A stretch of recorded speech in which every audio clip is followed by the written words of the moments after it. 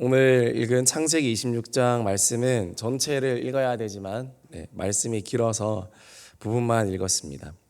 오늘 창세기 26장에는 이삭이 우물을 판 이야기인데 이때 배경은 흉년입니다.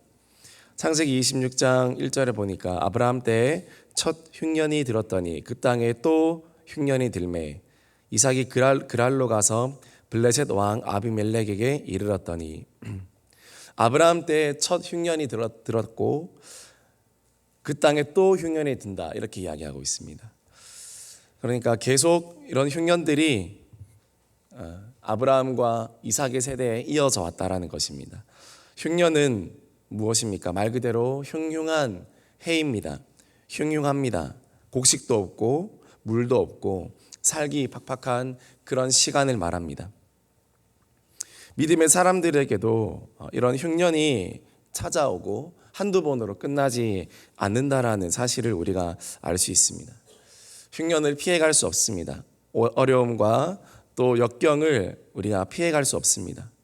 그러나 우리가 믿는 자들이 한 가지 다른 것이 있습니다. 바로 하나님이 우리에게 찾아오신다라는 것입니다. 창세기 26장 2절 말씀 보니까 여호와께서 이삭에게 나타나 이르시되 애굽으로 내려가지 말고 내가 내게 지시하는 땅에 거주하라. 흉년이 왔지만 여호와께서도 이삭에게 왔습니다. 그리고 말씀하시고 갈 길을 보이십니다. 여호와께서 친히 나타나셨습니다. 특별히 어려운 때, 흉년의 때, 우리는 흉년의 때에 하나님의 말씀을 더욱 듣고 하나님을 가까이 하게 될 줄 믿습니다. 어려울 때에도 우리가 하나님께서 가라고 하시는 땅으로 가면 우리는 평안하게 살게 될 줄 믿습니다. 애굽으로 내려가지 말라 하셨습니다. 성경에서 애굽은 하나님을 대신하여 의지할 수 있는 그런 인간적인 수단을 상징할 때가 많습니다. 이삭이 그러기를 원하지 않았다라는 것입니다. 애굽에는 다양한 풍요와 또 여러 우상들도 많습니다. 아무리 곡식이 많다지만 이삭이 그런 곳에 가는 것을 원하진 않았습니다. 그래서 하나님께서는 이삭에게 애굽으로 내려가지 말고 내가 너에게 지시하는 땅으로 가둘라고 그렇게 말씀하십니다. 하나님께 중요한 것은 생존보다 더 중요한 우리의 생명, 같은 신앙이라는 사실을 하나님은 말씀하시는 것입니다. 생존을 위해서 애굽으로 내려가지 말고 내가 너와 함께 할 테니 내가 너와 함께 있을 테니 내가 말하는 곳으로 가지 않겠니? 라고 말하는 것입니다. 오늘 우리는 너무나 쉽게 애굽을 선택하지 않습니까? 너무나 쉽게 당연한 듯이 먹을 게 없으니까요.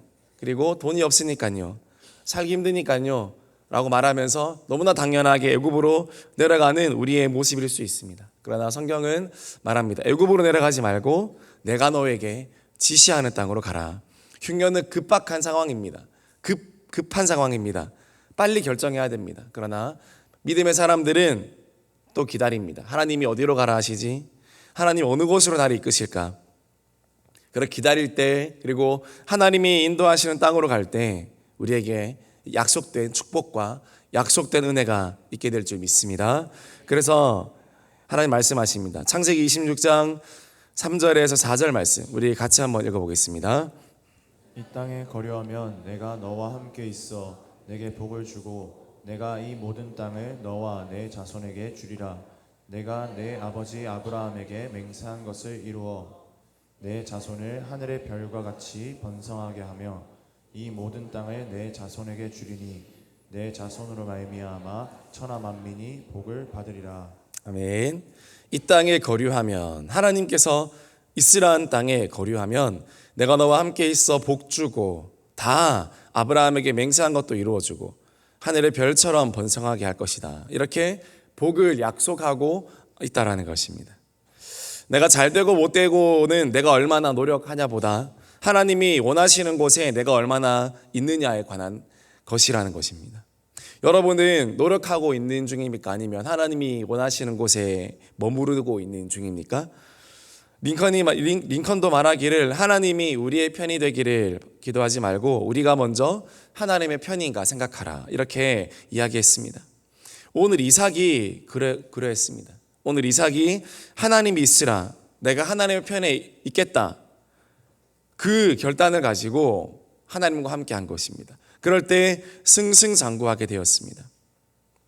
내가 가고 싶은 곳이 아니라 하나님이 있으라 한 곳, 하나님이 머물라 한 곳, 그곳에 바로 있어야 되는 것입니다. 그것이 축복과 승리의 비결입니다. 여러분은 또 저는 그 말씀에 잘 순종하고 있는지 다시 한번 돌아보기 원합니다. 주님, 내가 주님이 있으라는 곳에 내가 있기 원합니다. 주님이 있으라는 자리에 내가 있기 원합니다. 그 자리를 내가 지키기 원합니다. 하나님과 함께 그 자리에 머무르기 원합니다. 그것이 축복의 길이라는 것입니다. 그럴 때 이삭이 받은 축복이 있습니다. 창세기 26장 12절에서 13절 말씀 같이 읽겠습니다. 이삭이 그 땅에서 농사하여 그 해에 100배나 얻었고 여호와께서 복을 주심으로 그 사람이 창대하고 왕성하여 마침내 거부가 되어. 이삭이 하나님이 명하신 자리에서, 하나님이 지정해 주신 그 땅에서 농사하니까 어떻게 되었습니까? 100배나 얻었다고 합니다. 다른 곳에서 농사했으면 그러지 않았을 것입니다. 그러나 하나님이 정해주신 그 땅에서 일을 하니까 100배의 수확이 여러분 있었습니다. 창대하고 왕성하여 마침내 거부가 되었다고 합니다. 이삭이 노력한 것이 아니라 하나님이 복 주실 땅에서 이삭이 씨를 심으니 씨를 나고 자라게 하고 열매 맺게 하신 하나님께서 100배의 수확을 주셨다는 겁니다. 흉년이라는 환경도 초월해버리는 놀라운 축복을 받은 것입니다. 하나님이 함께 하시면 다 안 된다 할 때에도 그 사람은 되고, 또 그 교회는 되고, 또 그 기업은 되고, 그 나라는 되는 은혜가 있습니다. 하나님이 된다 하시면 아무리 흉년 같은 때라도, 어려운 시절이라 할지라도 하나님은 축복하십니다. 흉년이라는 환경을 초월해서 넘어서서 축복하십니다. 이것이 우리가 사는 방법입니다. 축복은 하나님께서 주시는 것이기 때문입니다. 저와 여러분에게 이런 은혜가 있기를 소망합니다. 이외에도 이삭이 흉년의 때에 하나님의 인도하심을 받을 수 있었던 이유, 그 또 다른 이유는요, 바로 아비 아브라함의 신앙 덕분이었다는 것을 오늘 말씀합니다. 창세기 26장 4절 5절 말씀 우리가 읽었는데요, 이 말씀 읽지 않았네요. 읽겠습니다. 같이 읽겠습니다. 시작. 내 자손을 하늘의 별과 같이 번성하게 하며 이 모든 땅을 내 자손에게 주리니 내 자손으로 말미암아 천하 만민이 복을 받으리라. 이는 아브라함이 내 말을 순종하고 내 명령과 내 계명과 내 율례와 내 법도를 지켰음이라 하시니라. 아멘. 하나님이 이삭에게 약속하신 축복을 약속하신 이유는 5절에 보니까 이는 아브라함이 내 말을 순종하고 내 명령과 내 계명과 내 율례와 법도를 지켰다. 그렇게 이유를 설명하고 있습니다.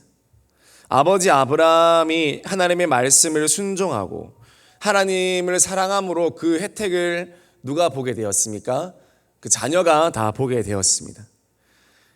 이처럼 아버지의 그 신앙과 어머니의 그 신앙이 사라지지 않고 하나님께서 자녀에게 다 갚아주신 것입니다. 시편에도 그런 비슷한 말씀이 있습니다. 시편 37편 25절 말씀 우리 같이 읽겠습니다. 내가 어려서부터 늙기까지 의인이 버림을 당하거나 그의 자손이 걸식함을 보지 못하였도다. 어려서부터 늙기까지 의인이 버림을 당하지 않는다 했고요, 그의 자손이 걸식함을 보지 않는다고 했습니다. 하나님 앞에서 의인은 버림받지 않습니다. 하나님 앞에서 의인의 자손은 구걸하는 인생이 되지 않습니다. 오히려 꾸어주는 인생이 되는 것입니다. 저와 여러분이 먼저 의인이 되기 원합니다. 우리가 의인이 되면 우리의 자녀들은, 우리의 자손들은 걸식하지 않고 하나님의 축복을 누리는 세대가 될 줄 믿습니다. 우리의 기도와 우리의 하나님께 대한 헌신이 사라지지 않고 축복이라는 열매로 우리 자녀들에게로 또 우리 후손들에게로 흘러간다라는 것입니다. 그것이 하나님께서 의인에게 하신 약속입니다. 그렇다면 이삭이 받은 축복은 이때까지 살펴보면 단순히 조상 아브라함만의 덕이었는가? 이삭은 그러면 무엇을 했는가? 이삭이 한 일은 아무것도 없는가? 그렇지 않습니다. 이삭도 한 일이 있습니다. 그것이 바로 오늘 제목처럼 우물 파는 것이었습니다. 이삭은 우물을 팠습니다. 창세기 26장 14절에서 15절 말씀도 같이 읽어보겠습니다. 양과 소가 때를 이루고 종이 심이 많으므로 블레셋 사람이 그를 시기하여 그 아버지 아브라함 때에 그 아버지의 종들이 판 모든 우물을 막고 흙으로 메웠더라. 이삭이 왜 우물을 팠습니까? 블레셋 사람들이 그 이삭의 아버지였던 아브라함이 파놓았던 모든 우물들을 다 막았습니다. 다 흙으로 메웠습니다. 이삭에게 유산으로 준 우물이었는데 다 메워버린 것입니다. 이것은 이삭에게 엄청난 도전이었습니다. 우물은 생명의 근원입니다. 그 당시에 우물 하나만 있어도 그 주변에 촌락과 마을이 형성됩니다. 그런데 이 우물을 막아버린 것은 아브라함의 가문에 내가 씨를 말려버리겠다는 그 블레셋 사람들의 악의적인 행동이었습니다. 선전포고와도 같은 것이었습니다. 그러나 이삭은 싸우지 않았습니다. 이삭은 싸우지 않고 다시 자리를 옮겨서 다시 우물을 팠습니다. 창세기 26장 17절에서 18절 말씀 같이 읽겠습니다. 이삭이 그곳을 떠나 그랄 골짜기에 장막을 치고 거기 거류하며 그 아버지 아브라함 때에 팠던 우물들을 다시 팠으니 이는 아브라함이 죽은 후에 블레셋 사람이 그 우물들을 메웠음이라. 이삭이 그 우물들의 이름을 그의 아버지가 부르던 이름으로 불렀더라. 이삭은 자리를 옮겨서 다시 어떻게 됩니까? 그 아버지 아브라함 때에 팠던 우물들을 다시 팠으니라고 말씀하고 있습니다. 이것이 바로 오늘날 우리가 본받아야 할 신앙생활의 정수라는 것입니다. 아버지 아브라함이 팠던 우물들, 막혀있는 그 우물들을 다시 파는 그것이 신앙생활이라는 것입니다. 아버지 아브라함에게 팠던 막혀있던 그 생수의 근원, 그 생명의 근원을 다시 뚫어내는 것입니다. 막혀버린 우물들을 다시 뚫어내어서 그 안에 생수가 흘러넘치게 하는 것입니다. 어리석은 자는 아버지 아브라함 때 팠던 우물들이 막혀버린 것을 보고 가만히 있는 사람입니다. 또는 스스로 웅덩이를 파거나 터진 웅덩이를 만드는 자들은 어리석은 자들입니다. 예레미야 2장 13절 말씀 같이 읽어보겠습니다. 내 백성이 두 가지 악을 행하였나니 곧 그들이 생수의 근원되는 나를 버린 것과 스스로 웅덩이를 판 것인데 그것은 그 물을 가두지 못할 터진 웅덩이들이니라. 하나님은 막혀버린 우물들을 다시 파내지 않는 것, 막혀버린 생수의 근원을 뚫어내지 않는 것을 악하다고 말씀하십니다. 그리고 나 스스로의 길을 찾고 나 스스로 웅덩이를 파고 나 스스로 물을 가두지 못할 그런 세상에 터진 웅덩이들을 파는 것을 악하다고 하십니다. 그러나 지혜로운 자는 어떻습니까? 이삭처럼 그 아버지 아브라함이 팠던 우물을 다시 팜으로 인해서 생수의 근원 되시는 하나님을 찾고 발견하는 사람들입니다. 다시 근본으로 돌아가는 것입니다. 우물은 근본입니다. 우물은 본질입니다. 왜냐하면 우물에서 생명이 나오기 때문입니다. 막힌 우물들을 다시 파내어서 그 안에 계속해서 선조 때부터 흘러내려왔던 그 생수가 영적인 그 생기가 끊이지 않도록 막힘없이 흘러나오도록 하는 것이 바로 부흥이라는 것입니다. 마틴 로이드 존스 목사님은 이렇게 말씀합니다. 위기의 한복판에서 이런저런 시도를 해보는 사람은 어리석은 사람입니다. 그럴 때 가장 먼저 해야 할 일은 확실한 공급처를 확보하는 것이며 계속적인 생존에 절대 필요한 수원을 확보하는 것입니다. 그 밖에 다양한 시도는 그 다음에 하면 됩니다. 제가 볼 때에는 이것이 이삭의 논리였던 것이 분명합니다. 그는 말했습니다. 내 아버지도 전에 여기 사셨지. 그때 어디에 우물을 파셨더라? 거기 가면 확실히 물이 나올 거야. 그래서 그는 아버지 아브라함 시절에 팠던 우물을 다시 찾아갔습니다. 여러분, 이것이 부흥이라고 마틴 로이드 존스 목사님 이야기하고 있습니다. 다시 내 선조 때 팠을 때 흘러나왔던 그 생수, 그 생명이 지금 나에게도 동일하게 흘러나오고 있는가? 아니면 혹시 막혀버리고 메워져 버린 우물은 아닌가? 그러면 생명이 끊긴 것입니다. 우리의 마음에 막혀있던 그 우물들이 다시 뚫어지는 것이 부흥이라고 이야기하고 있습니다. 여러분, 우리에게 기도의 우물이 터져야 될 줄 믿습니다. 은혜를 받아서 생수의 근원이 우리에게 터져야 되는 것입니다. 그러면 자연스럽게 마을이 생겨나고 사람들이 생겨나고 번영하게 되고 부흥하게 되고 그런 것입니다. 이삭은 우물이 터져 나올 때까지 깊이 팠고요. 블레셋 사람들이 우물을 빼앗아서 그 우물을 막아도 다시 또 다른 곳으로 가서 우물을 다 팠습니다. 현대사회에도 중장비를 이용하여 우물 하나를 파내는 건 쉬운 일이 아닙니다. 그런데 이삭은 몇 개나 팠는지 아십니까? 6개나 우물을 팠습니다. 싸우지 않고 우물이 막힐 때마다 또 하나님이 명하신 땅으로 가서 또 우물을 파고 또 우물을 파서 6개나 우물을 팠습니다. 무슨 말입니까? 엉뚱한 것으로 싸우지 않고 늘 가장 중요한 본질에 집중한 인생이 바로 이삭의 인생이었다라는 것입니다. 여러분, 엉뚱한 것에, 다툼에 일희일비하지 아니하고 네 거냐 내 거냐, 하나님의 사람은 그런 것에 열내지 않고 하나님이 주신 땅에서 하나님의 우물을 길어내는 그런 영향력이 있는 인생을 살아가게 된다는 것입니다. 우리도 생수의 근원이신 하나님께로 더 나아가기를 소망합니다. 더 깊은 여러분 기도의 우물을 우리가 파야 되고, 더 깊은 말씀의 우물을 우리가 파야 되고, 더 깊은 순종의 우물을 우리가 더 깊이 파내야 하는 것입니다. 흉년의 때에 살아남는 방법은 남의 우물을 메우고, 그러면 너도 죽고 나도 죽는 것입니다. 남의 우물을 메우는 삶이 아니고 또 남의 우물을 뺏는 삶도 아니라 나의 하나님께서 내게 주신 그 믿음의 유산을 다시 회복하는 것입니다. 아버지께서 주시는 그 믿음의 유산을 회복하여서 내 우물에서 샘이 마르지 않게 하는 것입니다. 그저 남이 주는 생수 한 잔 마시는 것에서 그치는 것이 아니라 콸콸콸 흘러넘치는 그 생수에서 나도 먹고 남도 먹이고 목마른 자들도 먹이는 그런 이삭의 인생이 풍요로운 인생이 되어야 되는 것입니다. 대인교회가 저와 여러분이 그런 풍요로운 우물 같은 인생이 되기를 소망합니다. 마르지 않는 샘 같은 우리의 인생이 되기를 소망합니다. 그러지 않으면 여러분 팍팍하게 인생을 살아가야 되는 거예요.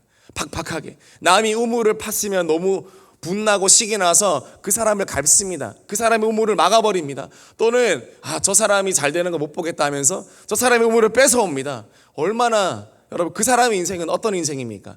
블레셋과도 같은 인생입니다. 교회 안에도 그런 인생이 있습니다. 블레셋 같은 인생이 있습니다. 아비멜렉 같은 인생이 있습니다. 잘 되는 우물을 가진 사람의 인생을 좀먹는 파먹는 인생이 있습니다.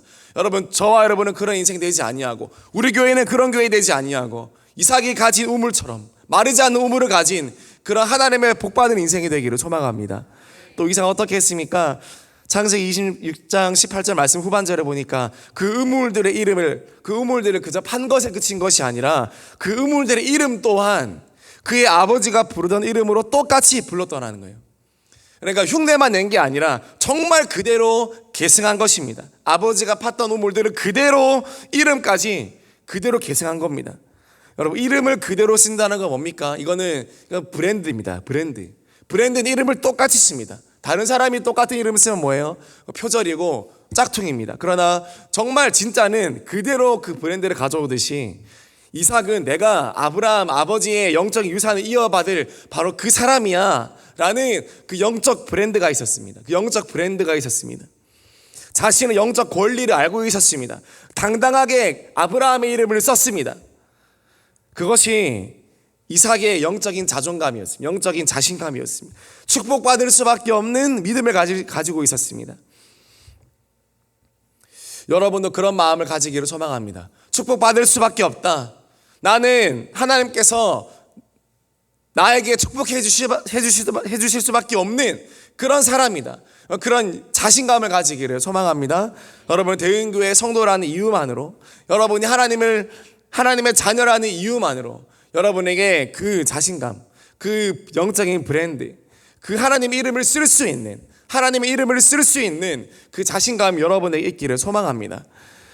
그래서 이삭은 그 영적인 넉넉함과 그 약속된 은혜로 말미암아 사람들의 방해에도 크게 아랑곳하지 않고 또 우물을 파는 인생을 살게 되었고, 그것을 줄 수 있는 넉넉함을 주었고, 너희들이 아무리 뺏어봐라 내 우물은 마르지 않는다. 여러분, 이 자신감이죠.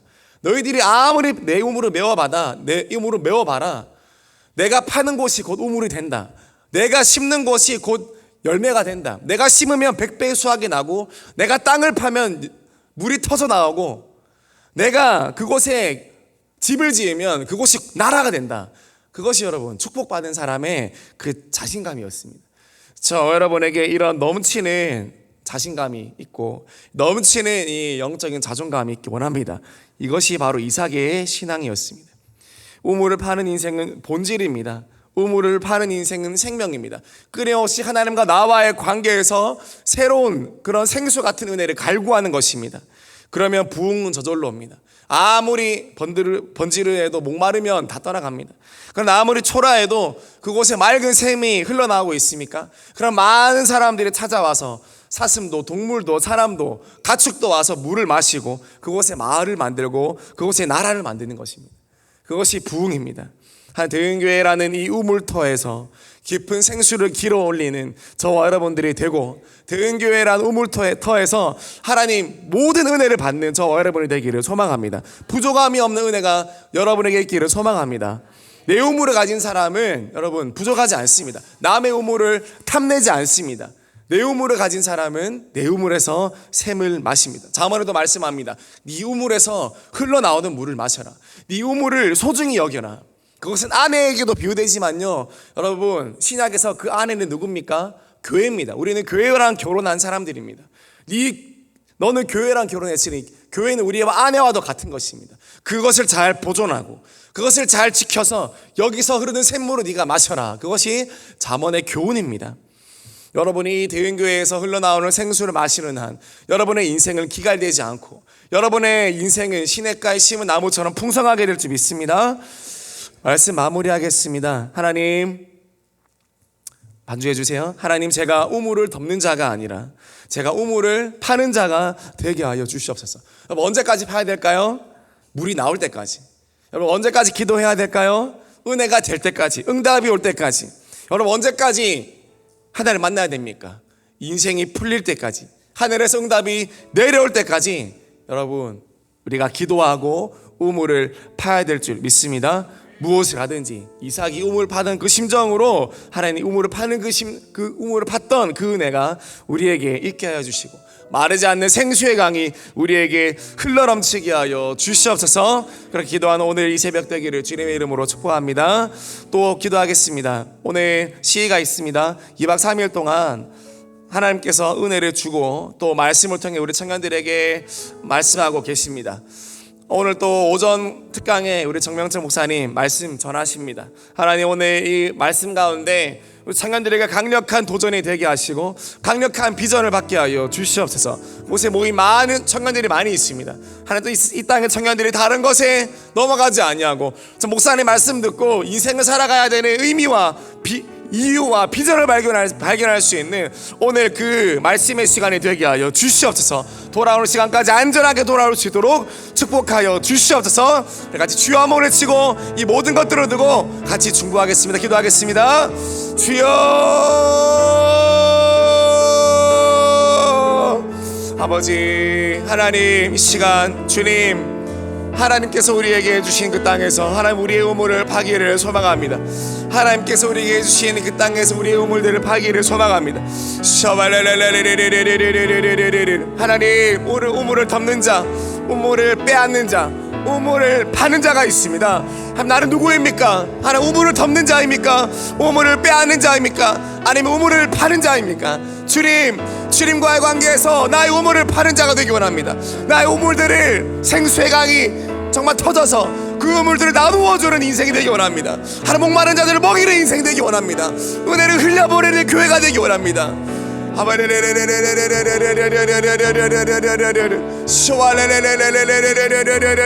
하나님 대인교회라